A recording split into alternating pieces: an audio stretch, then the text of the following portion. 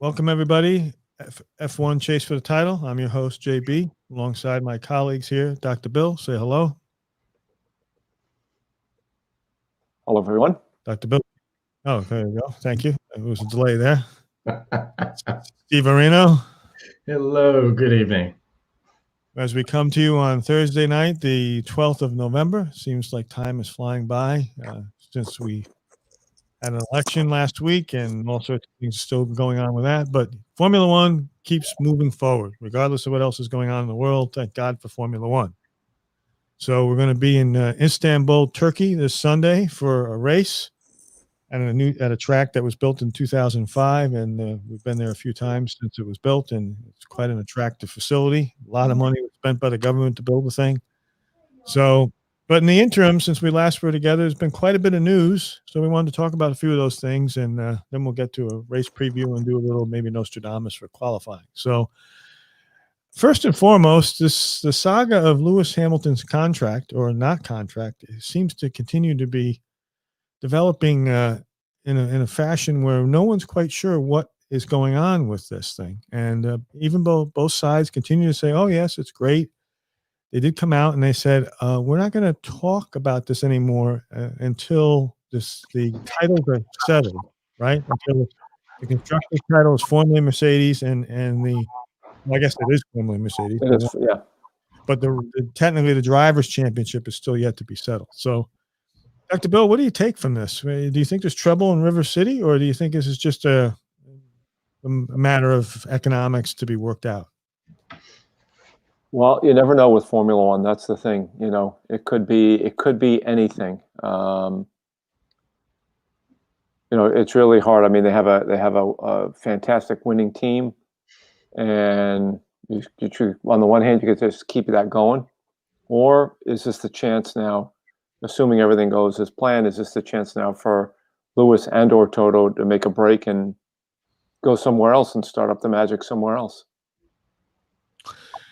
It would seem hard to imagine that you would want to break up something that's been so successful. Although I guess the Beatles broke up, I mean, there are examples of very successful things breaking up for all sorts of reasons. But when you're in Formula One, it seems like you strive to have the best car, the best team with the best driver. And they've had that now for about 6 years. And why would you break that up, Steve?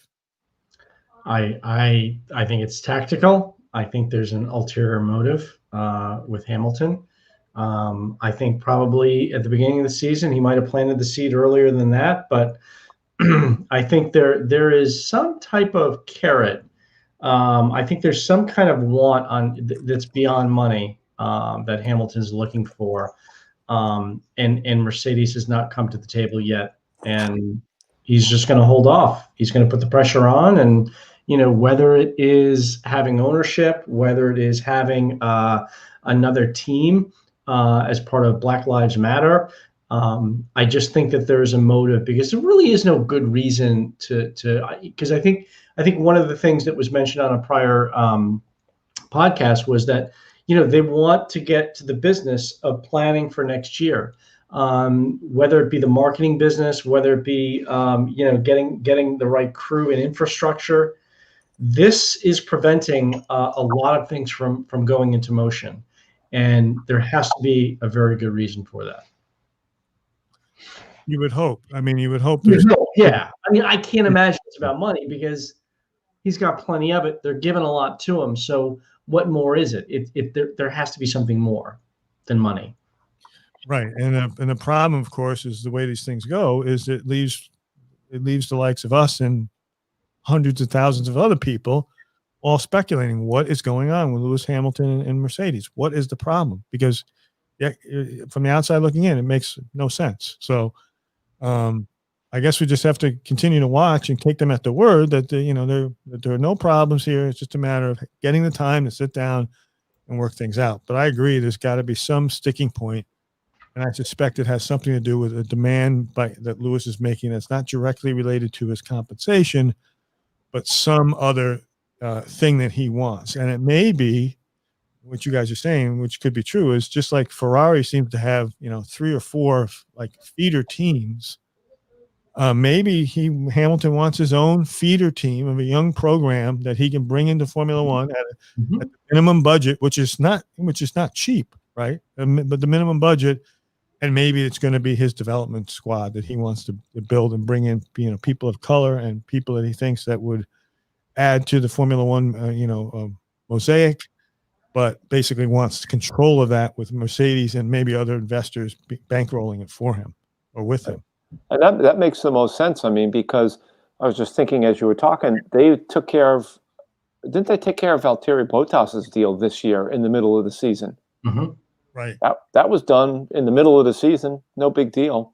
So I think it's a non-monetary thing that he's after. And Mercedes hasn't budged as of yet. They haven't caved to a demand as of yet. And their thought is that, listen, he's a great driver. Nobody disputes that. But if they cave to the pressure of one individual, that sets a precedent. And it may not be worth it in the long haul because, listen, they've got a car that can produce over the next year to 2 years. But after that, it's going to be a very different ball game. So they got to be careful about how much they give up in this negotiation, if that is even part of the landscape. But I imagine that it is.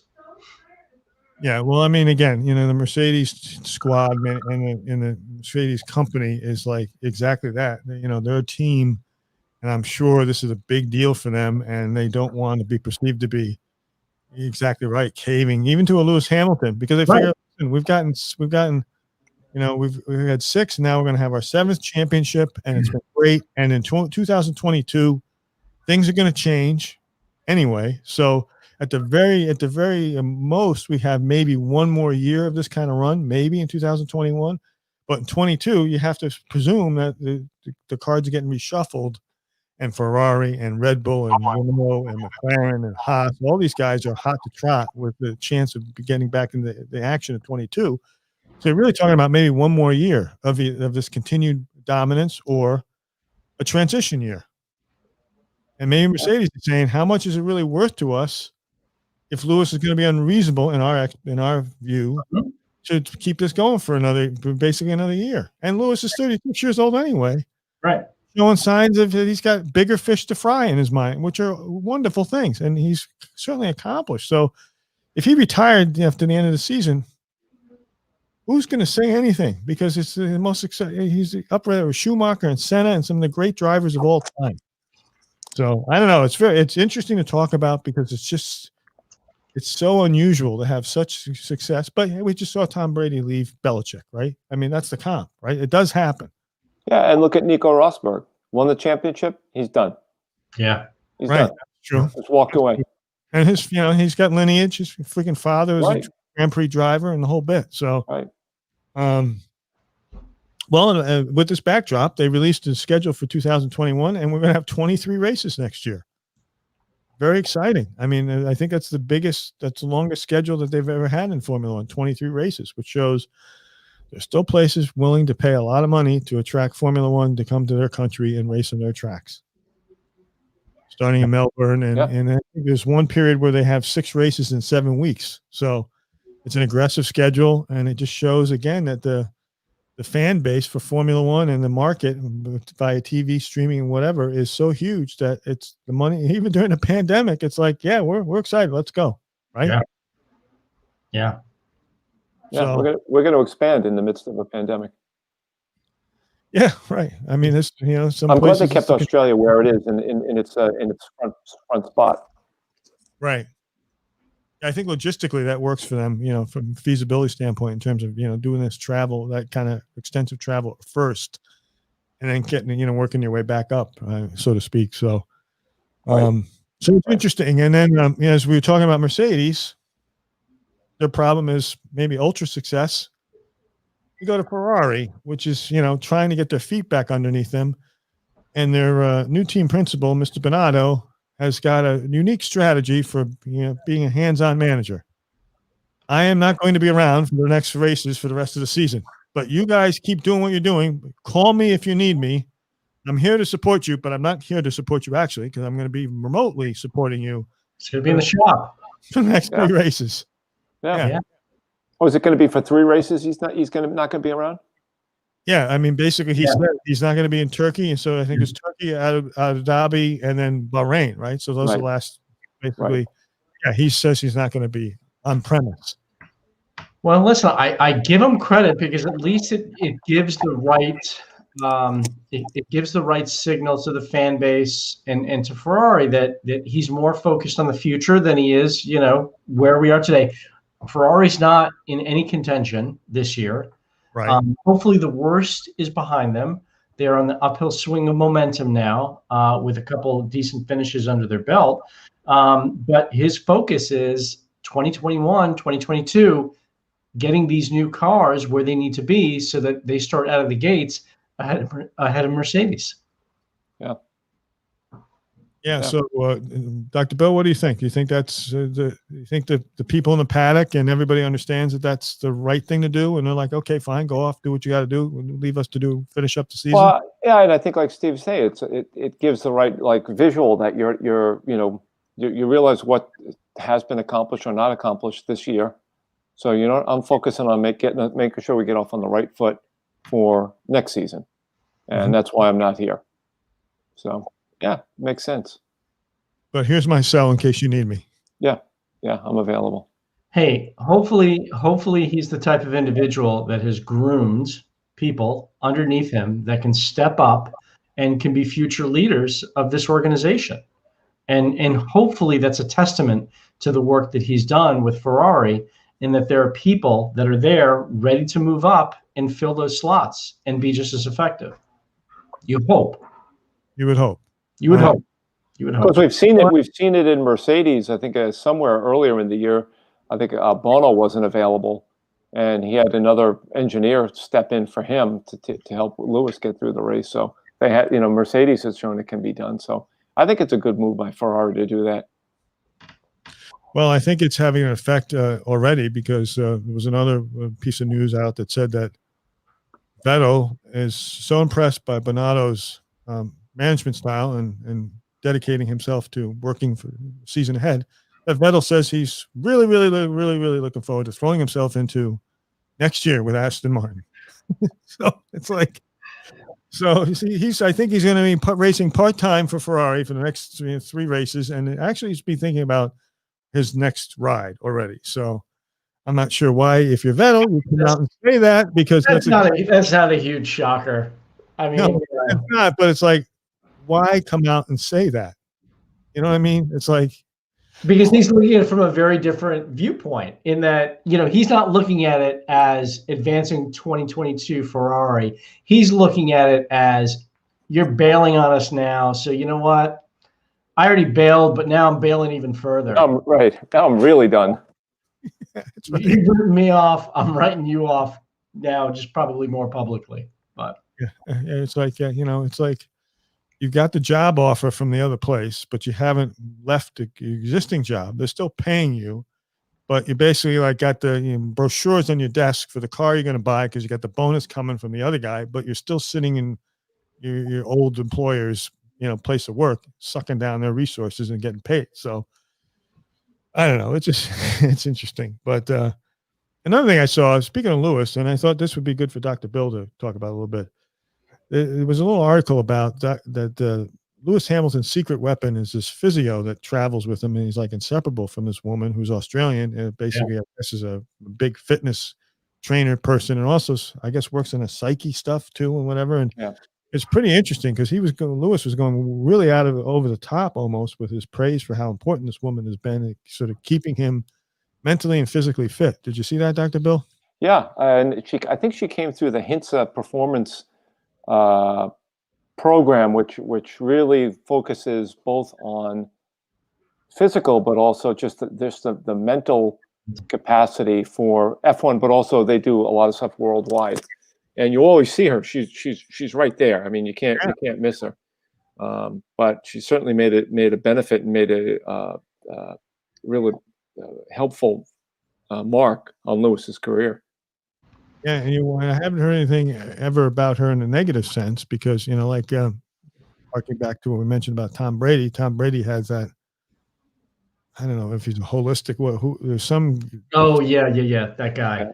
right Yeah. that Belichick basically said, "Get him the hell out of here," and Yep. Kraft said, "No, he's got to stay because Tom wants him." And I guess the last year, Yeah. he was barred from the locker room by Belichick, and then now he's back now in Tampa. I guess he's right by Brady's side again, but it doesn't seem like that's been a problem with Mercedes, because he must be really improved performance with this, Right.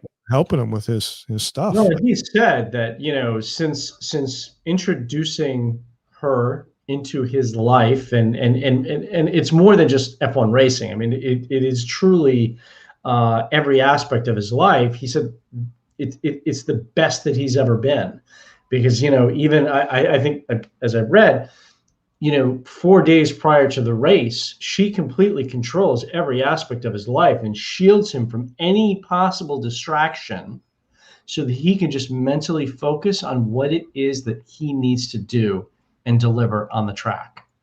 And for him, I mean, I think for anybody, that would be phenomenal. Yeah. Especially when you look at the I think we've been able to appreciate more and more the mental component of what goes into the race, but the entire weekend. And I think he's at the forefront using her, but he's at the forefront of really focusing on that, to be able to really bring out how important that part of it is.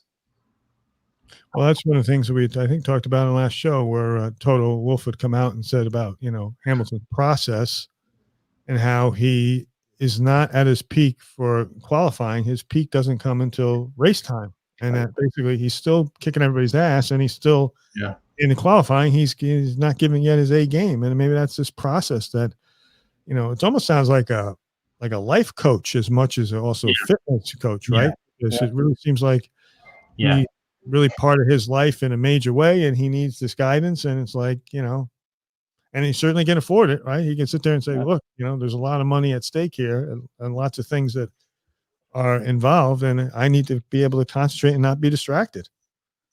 I'm surprised it hasn't caught on with any other people in the paddock. I mean, maybe it has, we just haven't seen it, but this person, she's right there, literally right next to him, right next to the car. Yeah. I mean, but as much support as Lewis has, there was an interesting article about Dr. Bill's Mr. Grosjean. Basically, when he got let go by Haas, there was an outpouring of support from the other drivers on the grid that were basically saying, Sebastian, where will we be without you violating track limits and causing yellow flags and allowing us to get pit stops that we wouldn't otherwise have because you were careful driving. And so there was telegrams and very touching emails, he said. And as a result of that, there apparently was only one driver that reached out to him. And I don't know if either of you would care to guess who that might have been, that, according to Mr. Grosjean, did reach out to him to, I guess, commiserate or give him some sympathy because he's no longer going to be, right now, does not have a ride in Formula One. Was it it couldn't have been his teammate, Kevin Magnussen, could it have? No. No. Of course not. Of course not. No. It was George Russell. George Russell. Yeah. The one who spun out Yeah. when he had it all in front of him. Yep, dealing with his own demons after that race. My goodness. Yeah. I'm not sure what Mr. Grosjean thinks is supposed to happen when you got among the most competitive people on the planet. You think they're worried about the fact that you don't have a ride anymore?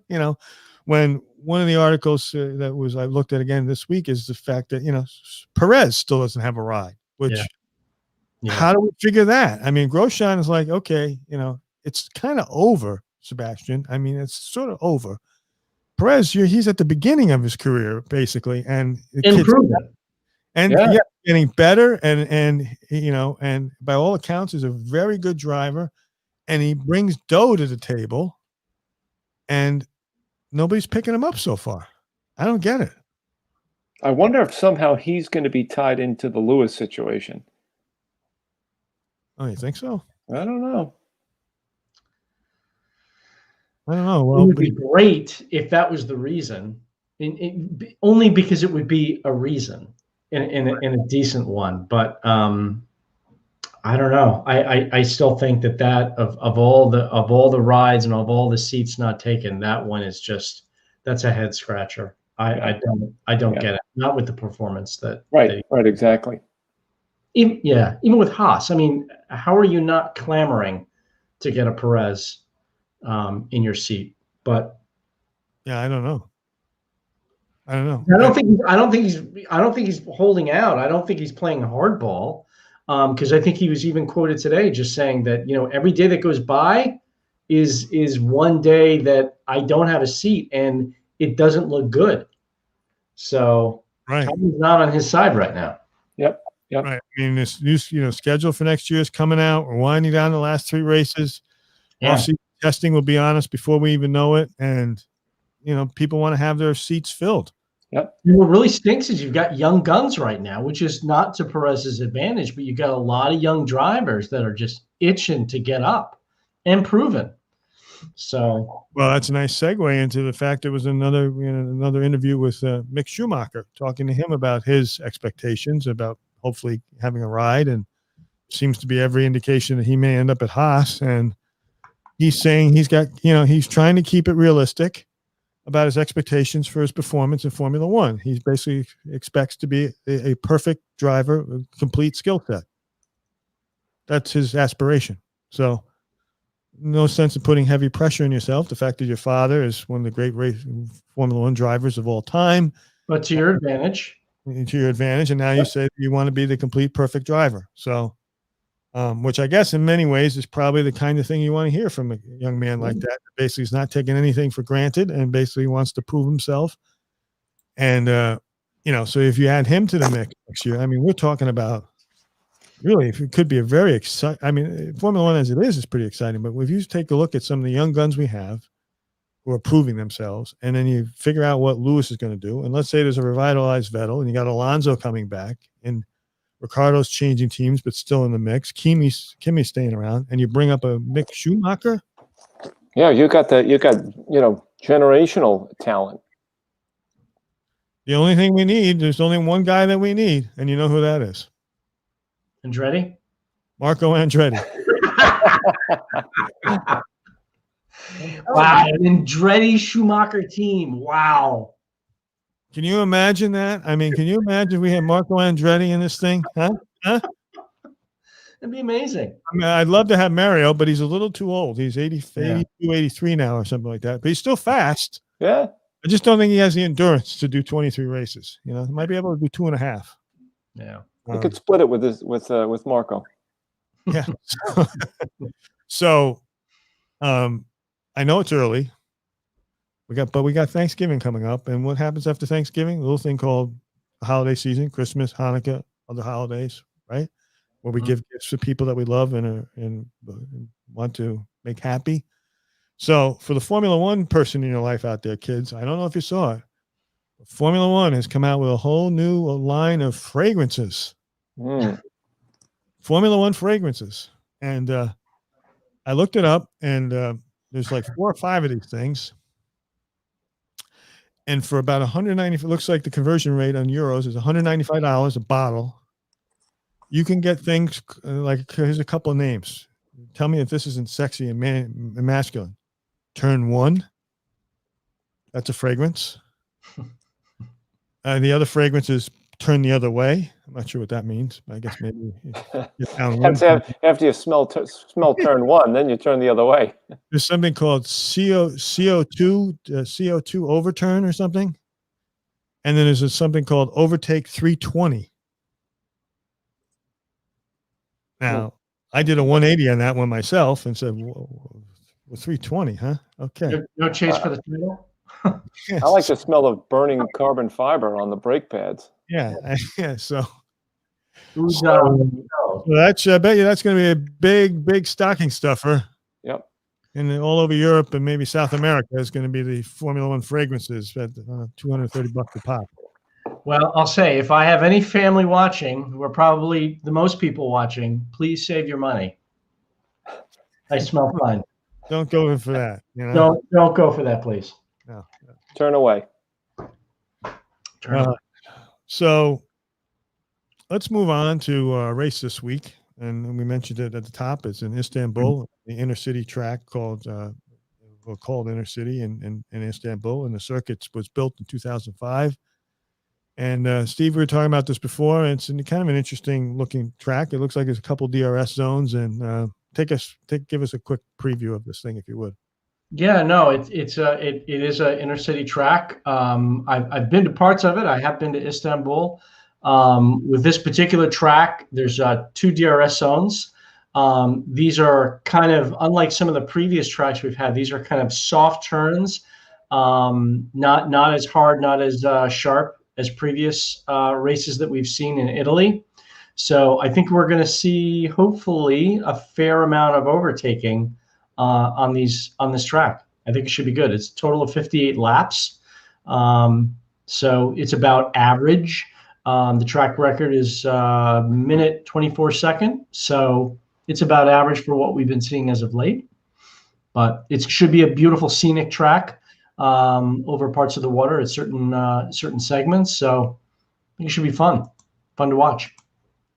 Well, that's good. I mean, I think that it's kind of fun when we go to newer facilities just to see the difference technology and play at some of these newer tracks with how the runoff areas and the barriers and different things that they have in place that hopefully keeps it safe, but also maybe allows for racing to continue even when somebody goes off the track, because we see these safety cars, how it totally changes the dynamic of races. So the extent that some of the newer facilities have areas to get the cars off the track sooner, then we'll see less stoppage and less issues. But so we got qualifying coming up. So I thought maybe throw out a couple of Nostradamus things for qualifying, and then obviously when we get together after the race, we'll go over some Nostradamus stuff for the race itself. But so I throw out the first one.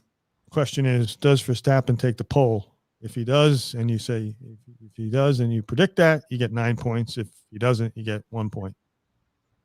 Dr. Bill, I'll start with you. Yeah, I'd say no. I don't think he's gonna. No.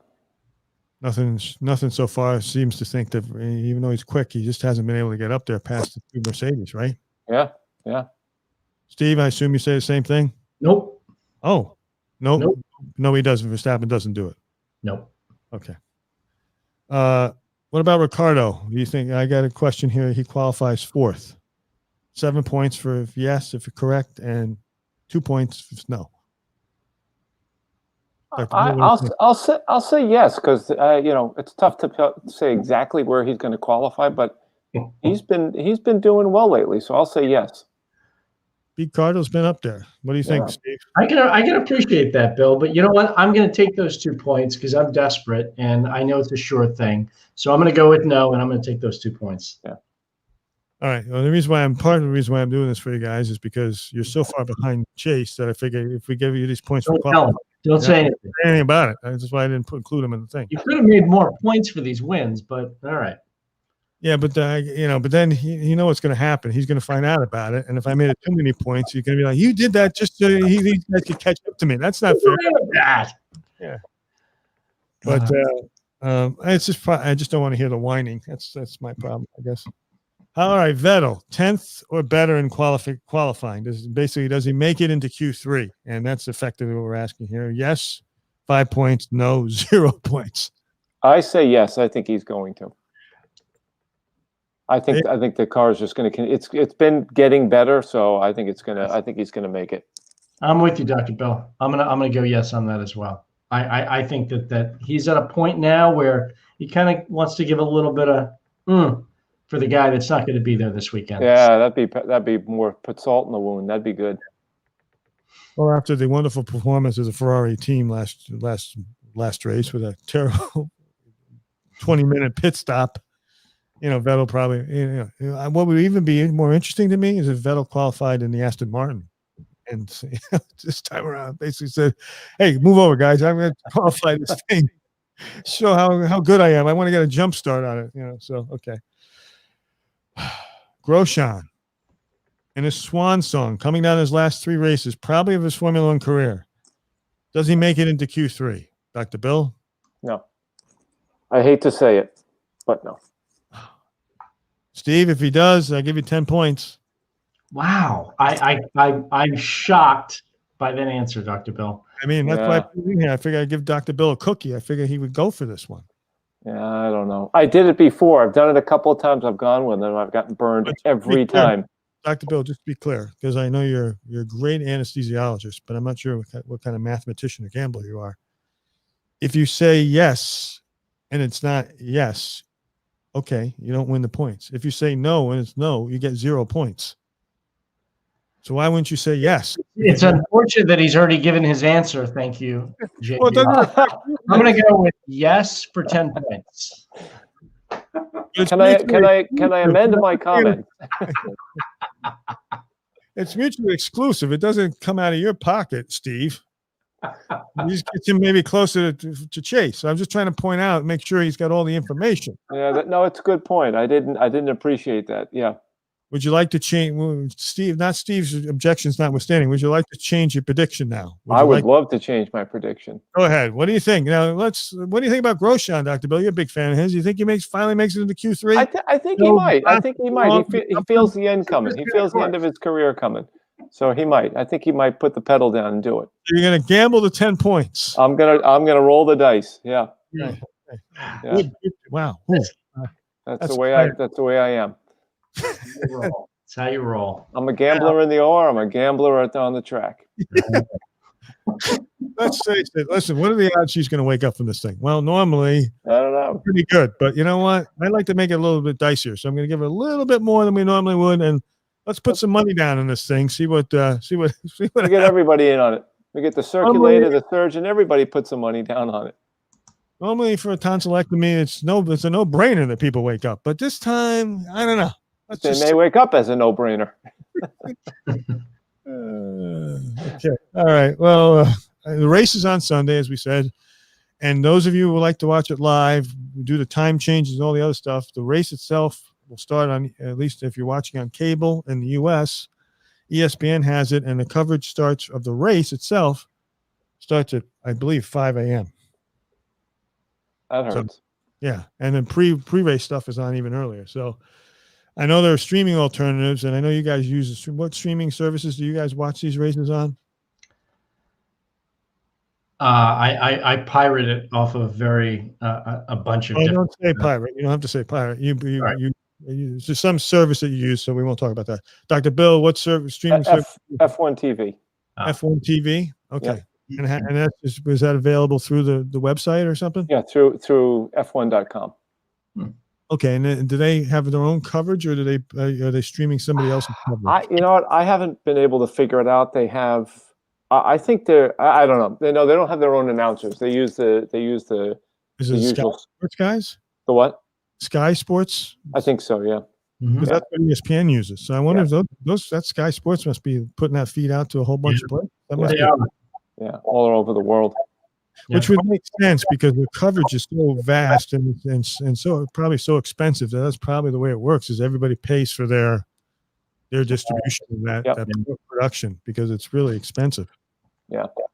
So that's interesting. So, okay, so we got the race coming up this weekend, and it should be a good one. We'll have to see what happens, and otherwise, we wish you nothing but the best. Everyone hopefully stays healthy, and despite this resurgence in the pandemic, hopefully we'll vaccine on the horizon. Steve was talking about that earlier. Hopefully that's going to come into play. And in the meantime, we wish you nothing but time in the DRS zone. We'll talk to you on Sunday. Take care.